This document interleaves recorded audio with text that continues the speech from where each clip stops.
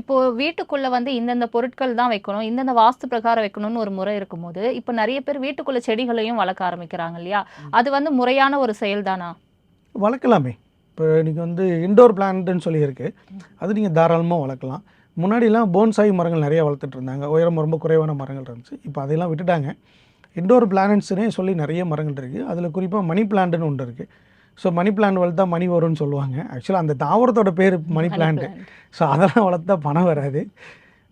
So அதெல்லாம் வளர்க்கலாம். அதுக்கு இதுக்கும் சம்மந்தம் கிடையாது. பட் என்னை பொறுத்த வரைக்கும் என்னென்னா, வீட்டுக்குள்ளே வந்து இன்டோர் பிளானட் வளர்க்குறது ரொம்ப நல்லது. அதில் ஒரு பெரிய பெனிஃபிட் இருக்குது. என்னென்னா, நீங்கள் வீட்டில் வந்து ஏர் ஃபில்டர் யூஸ் பண்ணுவீங்க.